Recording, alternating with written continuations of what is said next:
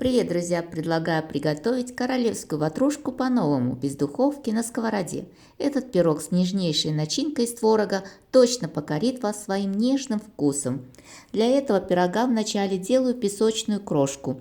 Муку кладу немного соли и сахар.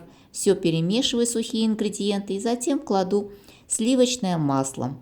И просто руками перетираю масло с мукой, мелкую рассыпчатую крошку.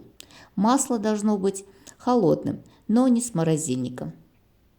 Это самый быстрый и простой рецепт приготовления вкуснейшей песочной прослойки для торта. Итак, за 3-4 минуты буквально получилась вот такая крошка. Ее я разделила визуально на две части и буду обжаривать ее на нагретой сковороде. Сначала одну половинку и затем вторую. Так понемногу, просто удобнее мешать, ведь нам нужна равномерно прожаристая румяная крошка. Собираю готовую крошку в отдельной посуде. На все это ушло не более 10 минут. Главное здесь просто постоянно мешать, чтобы песочная крошка подрумянилась равномерно.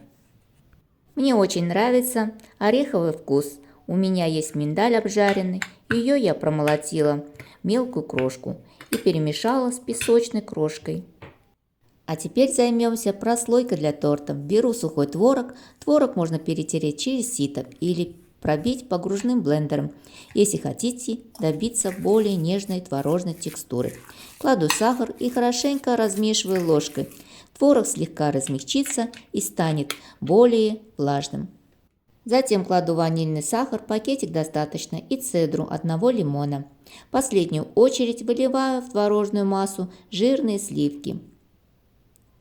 Взбивать творожную массу не нужно, а просто перемешиваем хорошо. Кремообразная творожная масса стала немного жидкой, но ничего страшного, крем затем загустеет в холодильнике. Подготовила круглую форму, но разъемная. Застилаю донышко формы бумагой, а по бокам обернула ацетатной пленкой. Если нет такой пленки, можно использовать простую бумагу для выпечки, чтобы было легче извлекать торт.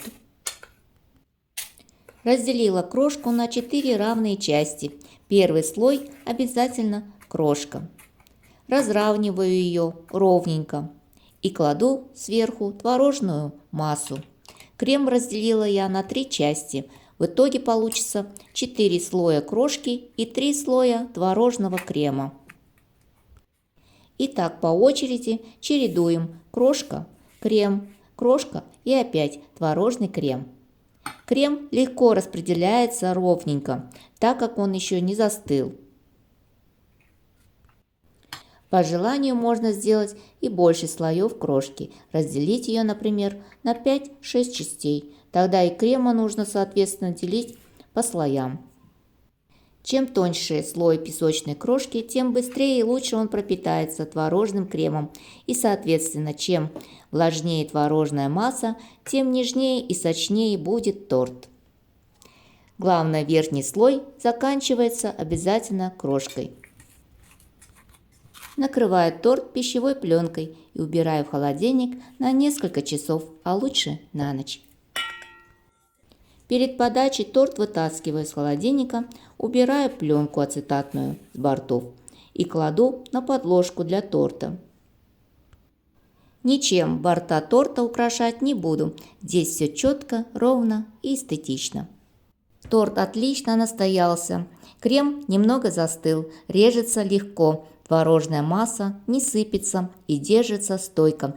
В общем, красиво нарезать такой торт получится, несомненно. А какая-то вкуснота!